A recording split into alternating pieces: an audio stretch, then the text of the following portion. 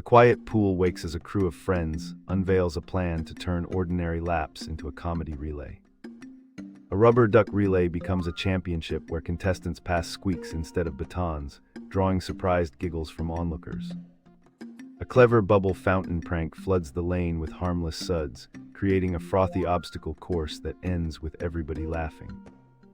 An accidental splash turns into a choreographed wave, synchronized by a phone timer and a chorus of splashy giggles.